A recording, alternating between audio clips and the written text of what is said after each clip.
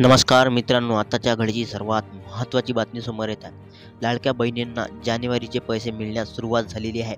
पहिल्याच दिवशी इतक्या बहिणींच्या खात्यात रक्कम जमा झालेली आहे.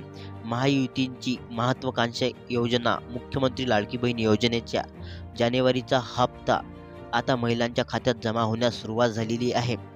याविषयी महिला राज्य बालविकास मंत्री आदित्य ताटकरी यांनी माहिती दिलेली आहे.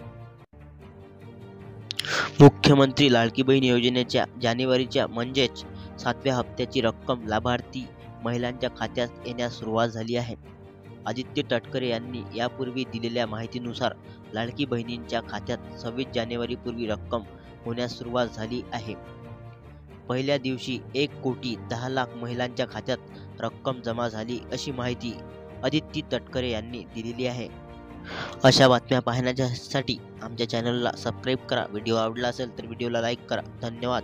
जय हिंद, जय महाराष्ट्र.